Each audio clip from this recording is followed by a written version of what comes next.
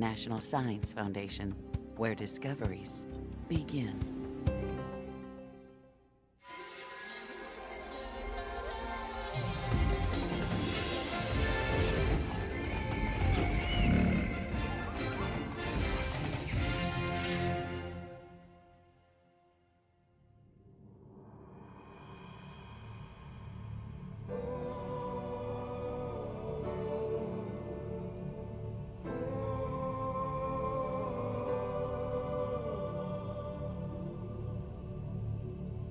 Beneath the earth we know lie other worlds, hidden from sight, lost in time. But sometimes we can glimpse a lost world through remnants of the past. We definitely got a skull. Lower right, what do you think? It's hard to say. Maybe This story begins with the discovery of unidentified bones. depositional environment. It's part of the Niobe. A team of paleontologists will try to figure out whose bones they are and what world they came from. So we got a time frame. That's a start. They were discovered in Kansas, mostly farmland today. But once, Kansas lay beneath a vast sea.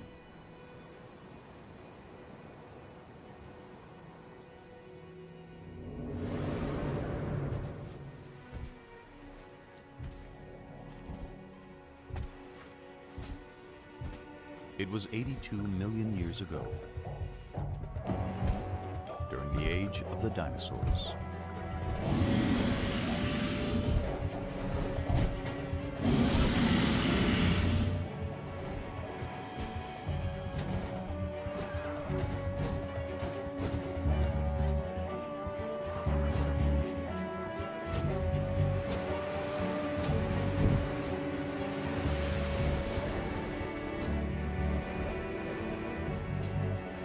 But there was another world of giants on Earth. A submerged world, where enormous reptiles ruled seas filled with incredible creatures.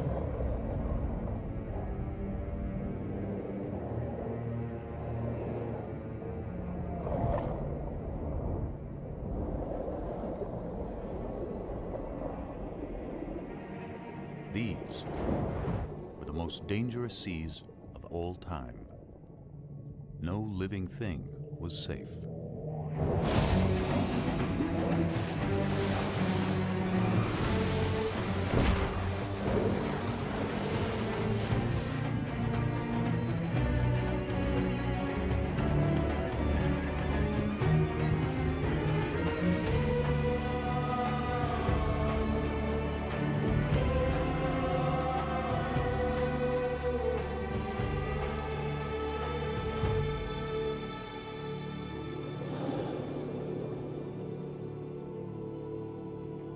The great marine reptiles disappeared long ago, and time has buried their world.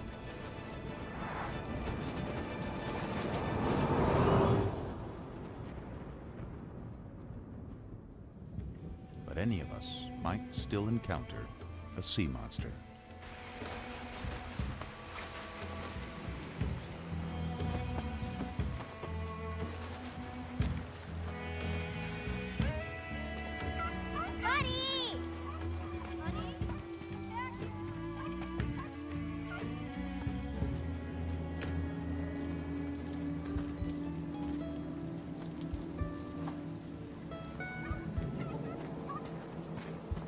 As if from nowhere, the distant past returns.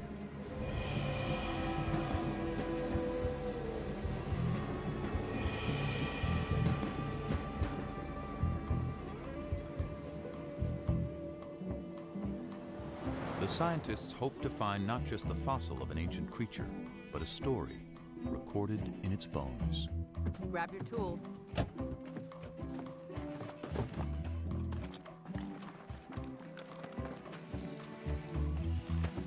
Rain washed some of the chalk away and exposed it. This is great. Okay. They recognize it as something special, a rare Dolly Corincops, a dolly for short.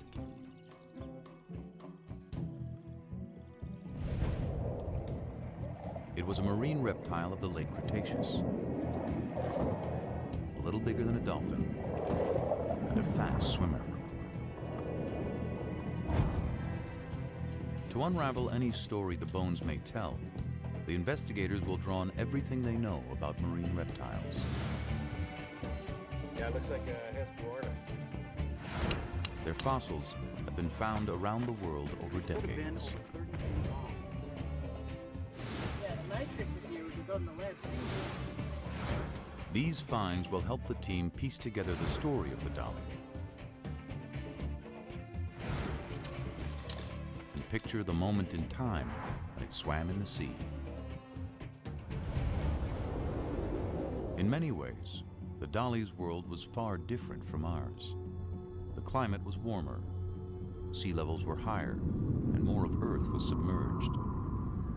This dolly would have lived in a vast inland sea that cut North America in two. Marine reptiles were also found in the waters around Europe, which was a scattering of islands, and throughout the world's oceans. In time, they died out and sea levels retreated, exposing vast areas of seabed. Fossils from the ancient oceans turned up on every continent.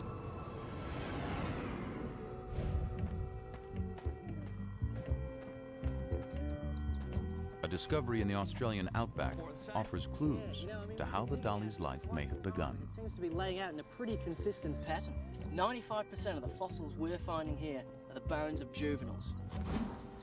So many small bones in one area suggest that marine reptiles gathered in protected shallows to give birth. And in North America, that's how the story of this dolly begins to unfold. Imagine that one of the creatures in the shallows is a pregnant Dolly corincops. She gives birth to a male, 18 inches long and colored like his mother.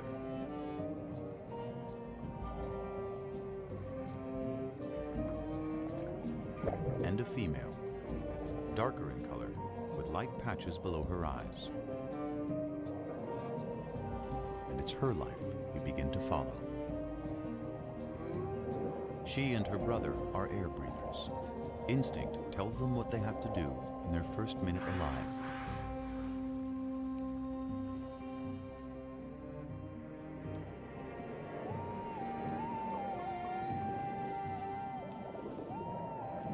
From the beginning, the little female and her brother practice skills they'll need one day, when they'll have to leave the safety of the shallows for the dangerous seas beyond.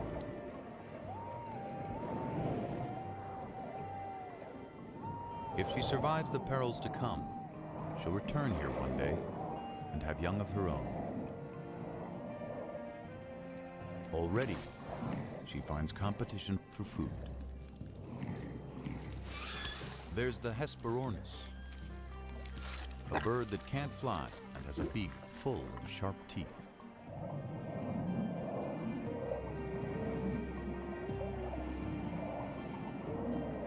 And the Styxosaurus, a distant cousin of the dollies with a supersized neck.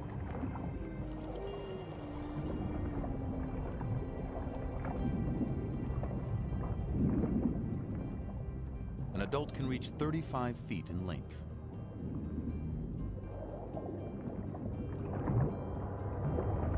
More than half of it, neck.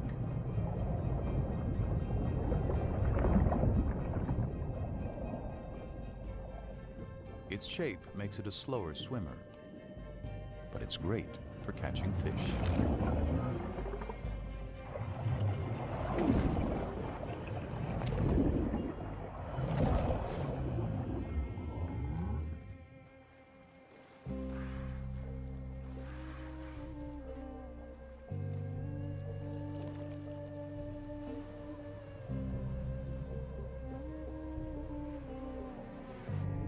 The little dolly soon comes across creatures that move by pumping jets of water from their shells.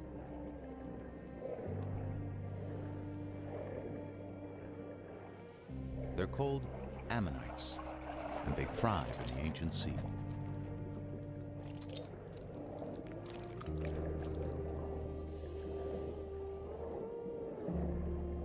They have rock-hard armor, and perhaps another defense. Swim too close like the little female, and get a face full of ink.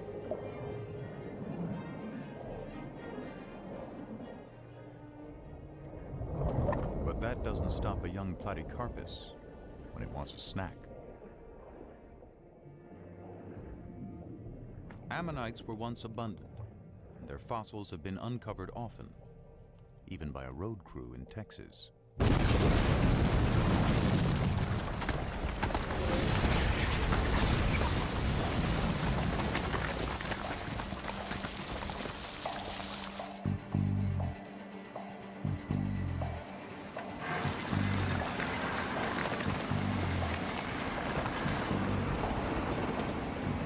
Ammonites.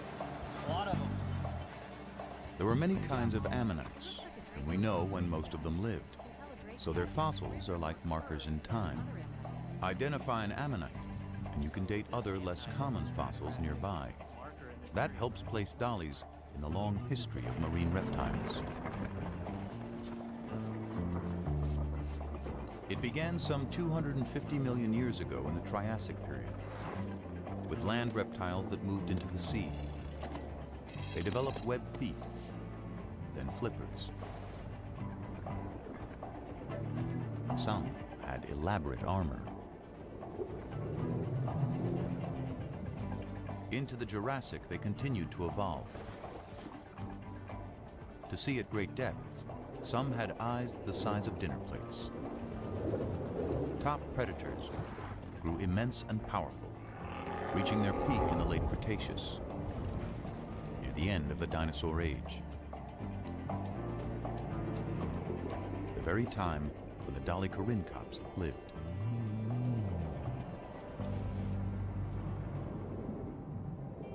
Months have passed, and the female and her brother are now juveniles.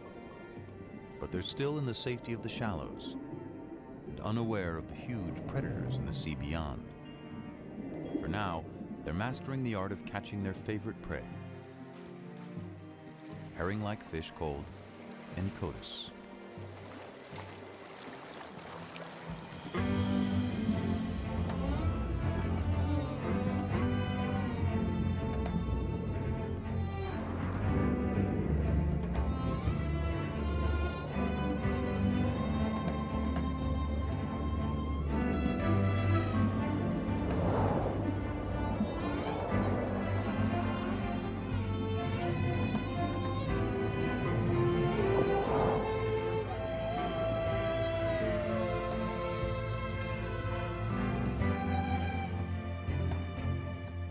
Then one day, everything changes for the dollies. Perhaps it's a change of seasons that causes the Encotus to head out to sea on a migration. The dollies must follow their main source of food. And that means the young female and her brother must now set out on the journey of their lives, trailing their mother from the shallows out into the western interior sea. It's about the size of the Mediterranean and only a few 100 feet deep. But somewhere ahead are enormous predators.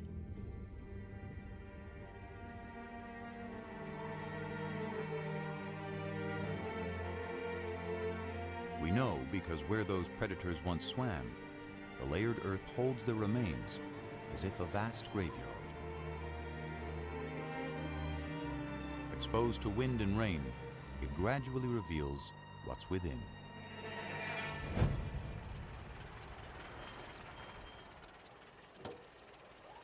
A remarkable discovery was made by Charles Sternberg and his sons, pioneering fossil collectors in the American Midwest. I covered it so nobody else would notice and disturb it. Yeah. Skull looks like some kind of tylosaur. Big one. Levi, should look over there, about where the It was a tail creature might like this the dollies might encounter in deeper waters. Like limbs.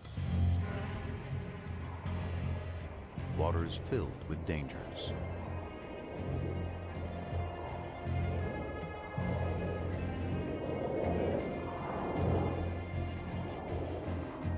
The Tusatoothus was a massive hunter, like the giant squid of today. Up to 30 feet long and abundant in the inland sea.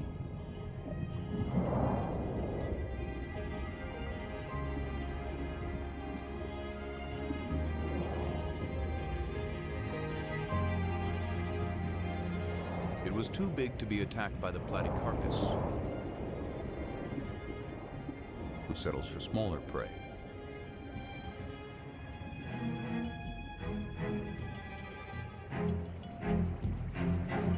The Platycarpus itself was fierce, but not in the same league as its larger relative, the creature the Sternbergs had found.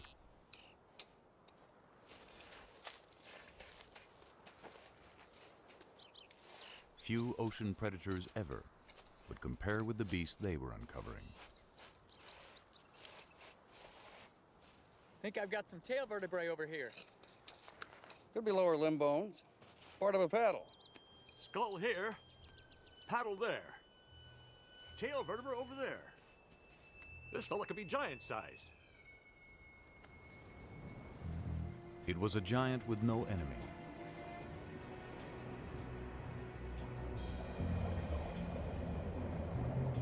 A great reptile called Tylosaurus. One of the largest and most ferocious creatures of any age.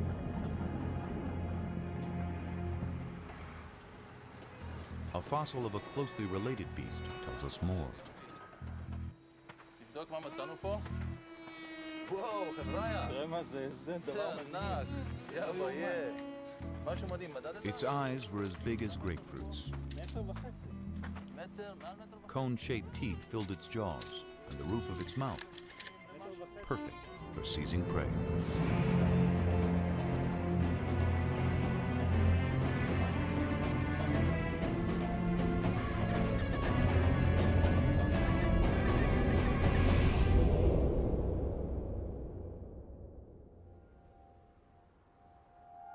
The Tylosaurs were out there,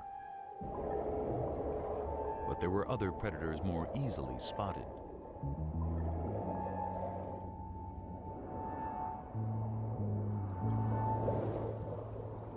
As fish go, Xiphactinus was gigantic, up to 17 feet long.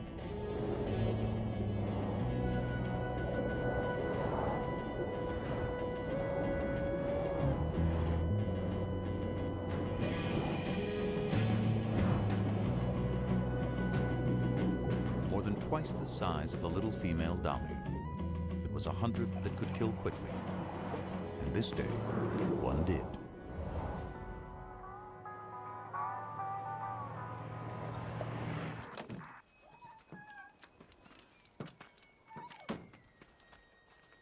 We know what happened from a fossil excavated in the Badlands of Kansas by Charles Sternberg's son, George. Mr. Sternberg, I called from the newspaper. There's a lot of talk about what you found out here. Glad you could come. Well, thank you. Caught a pretty big fish here. What is it exactly? This is a 13-foot Xiphactinus, but there's more to it. As I went through digging out the fossil, I noticed something beneath the ribs. I found some vertebrae, kept on going. Turned out to be an entire animal inside.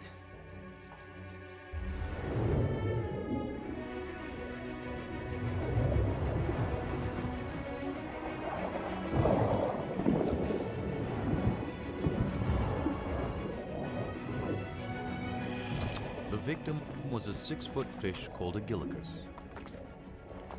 Such a mouthful that swallowing it killed the Xiphactinus, a prehistoric victim of gluttony.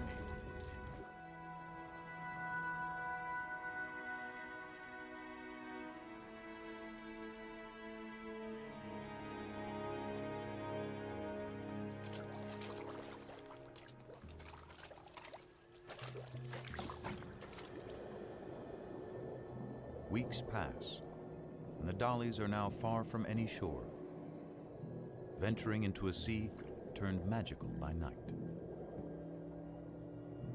Microscopic plankton give off an eerie glow.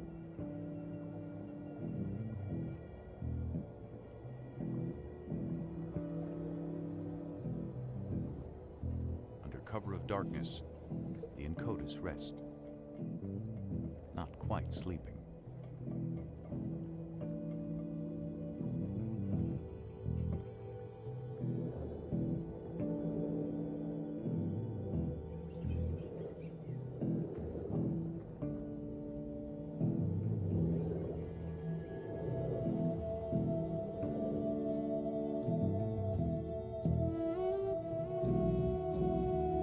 Below, there's a mass spawning of straight-shelled ammonites.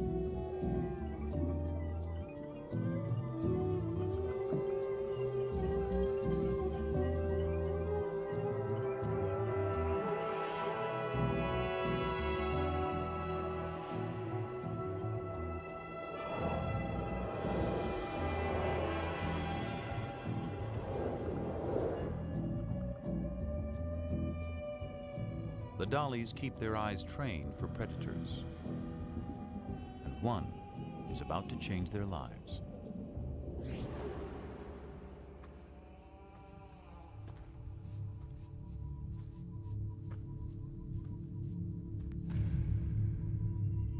There's hundreds of shark's teeth here.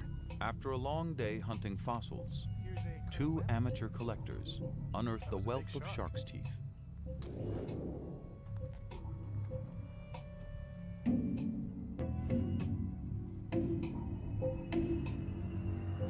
So many have been found around the world that it's clear sharks were thriving during the age of the sea monsters.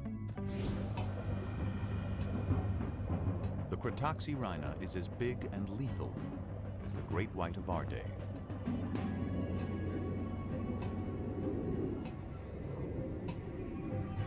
It slices its victims into bite-sized chunks using razor-sharp teeth.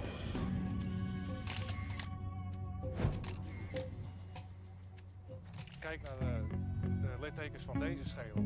Beslist het teken dat er gebeten is. There is evidence from a Dutch quarry that ancient sharks fed on even the largest marine reptiles, leaving tooth marks on their bones.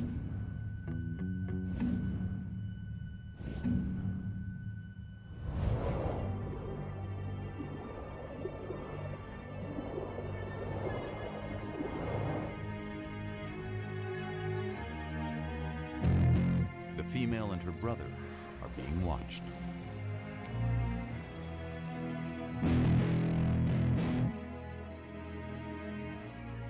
But it's their mother who becomes the target.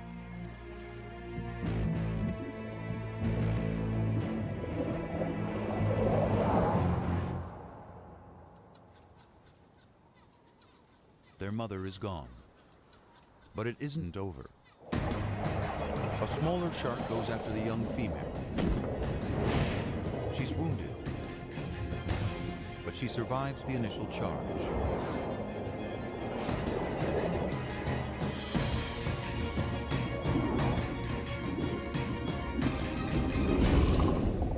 Perhaps the shark was not as lucky.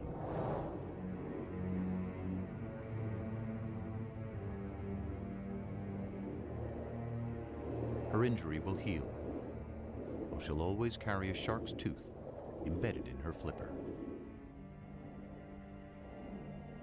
The two youngsters must now continue on their own.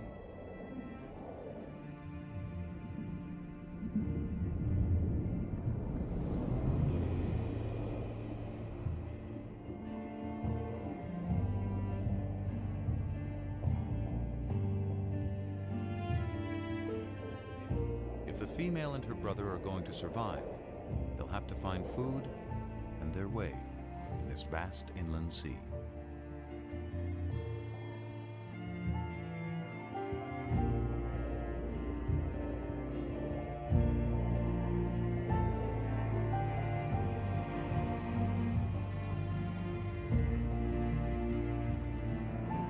Finally, they see something familiar.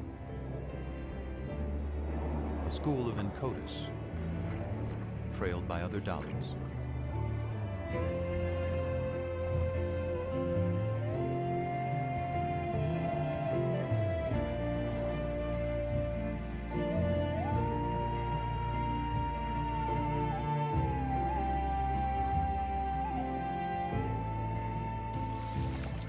And by the flightless Hesperornis.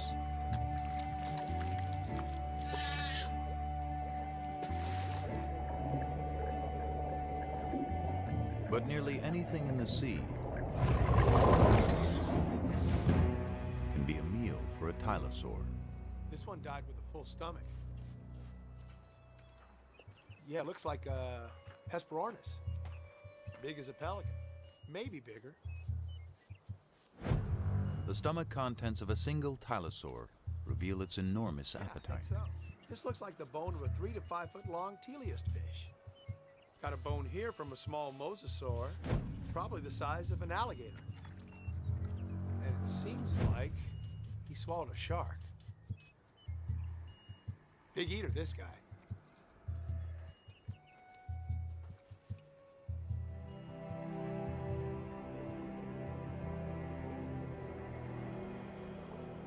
For several weeks, the travelers push on.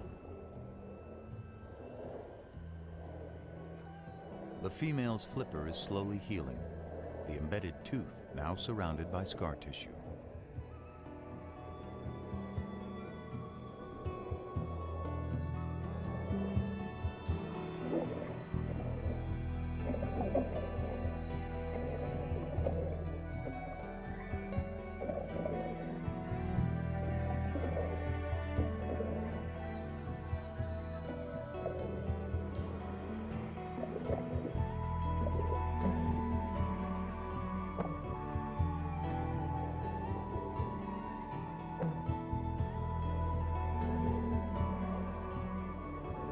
The young female is drawn away by a potential meal of squid. One escapes among a colony of crinoids, prehistoric relatives of sea stars, perhaps swept up from the bottom by currents.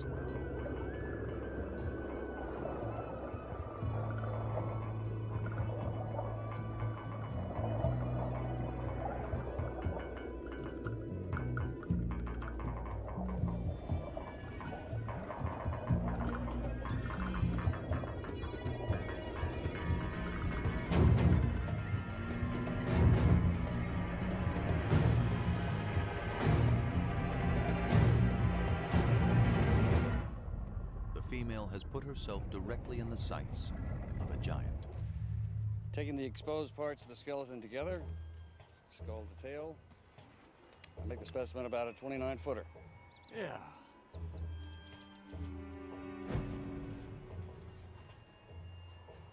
There's something in the stomach.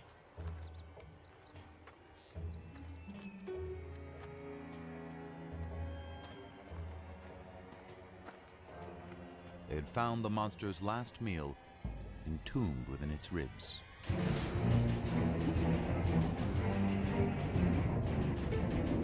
Because dollies are fast, a tylosaur's best bet is to catch one by surprise.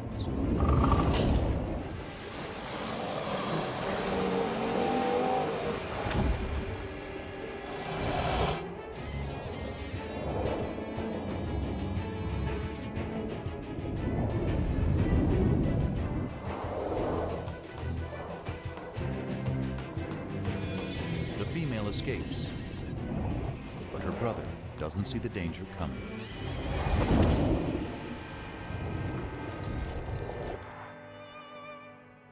The Sternbergs had discovered a story locked in time of two ancient lives intersecting. But why did the predator die so soon after eating the dolly? Tylosaurs were likely territorial and aggressive, even with each other. Perhaps an older tylosaur suddenly appeared.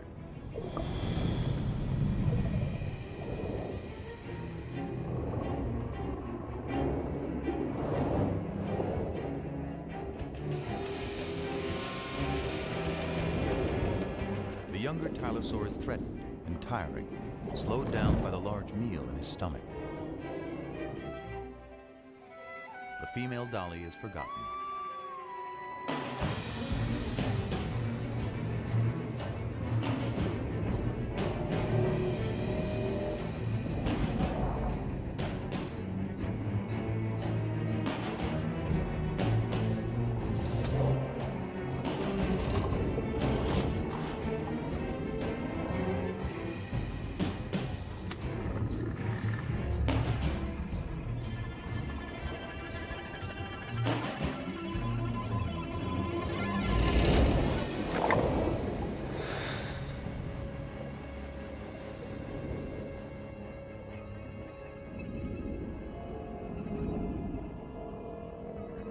The younger Tylosaur is mortally wounded.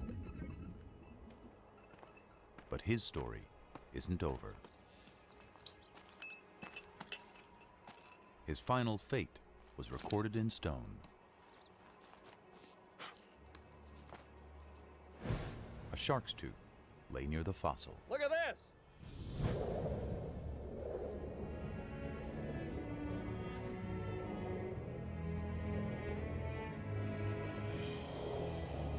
The female moves on with the others. Soon, the scavenging will begin.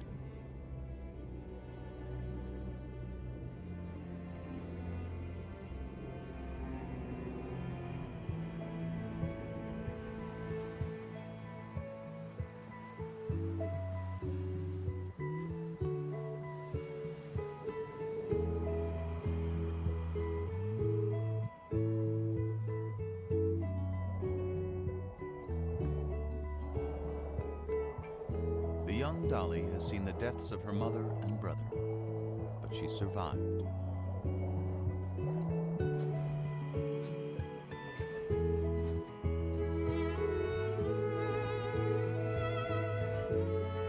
Each year, marine reptiles gather again in the birthing grounds of the shallows. Among them is the dolly with the wounded flipper, now fully grown. She's completed her journey and returned to the waters of her birth. And after several seasons, she becomes a mother. Her young will grow larger and stronger, and one day set out on their own journeys through the inland sea. Day by day, month by month, life plays out.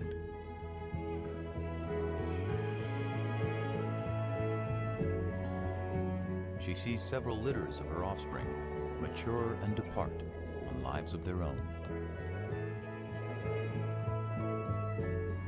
Eventually, a year comes when the mother can't finish the migration. One quiet day, when old age has weakened her body, her life comes to a gentle end.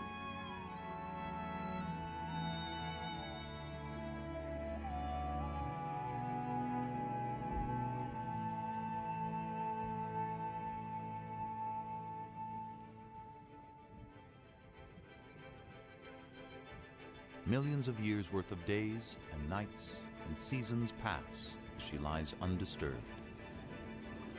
Sea levels rise and fall.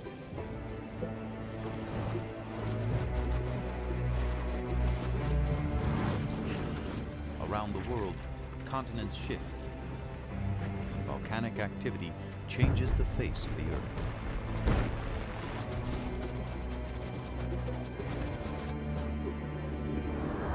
New species appear, and old species vanish, including the last of the sea monsters.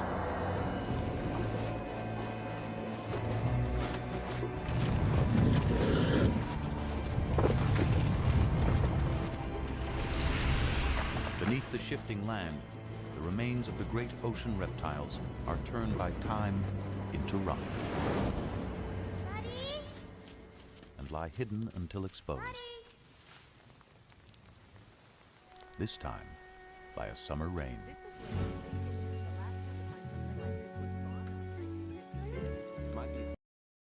How are we going to take it out? We may have to plaster the whole thing and take it out in a jacket. Hey, come check this out. There was something unusual about one of the rear flippers.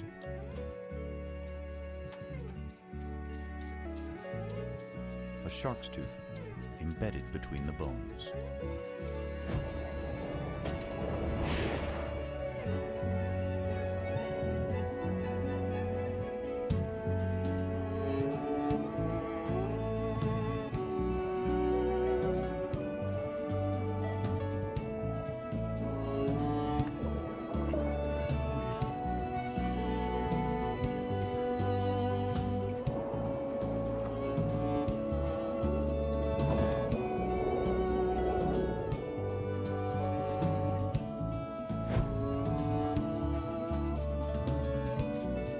After 82 million years, the female Dolly Corincops has returned to tell her story.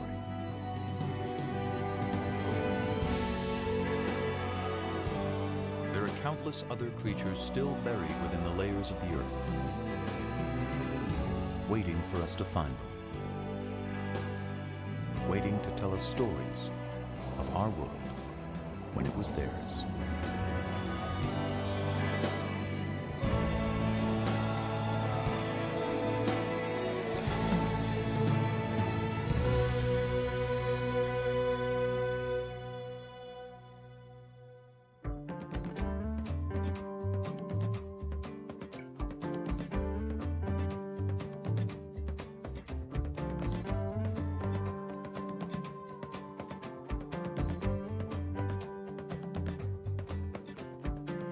Looking for clues, traces, and signs, scraping away the dirt and dust of time.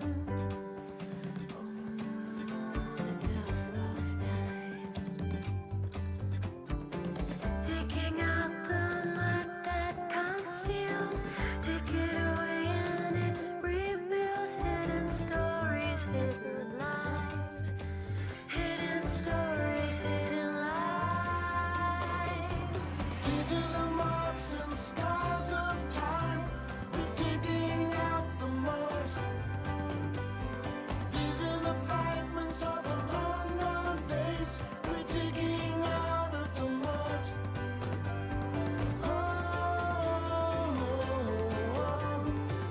Burning stories of a different life.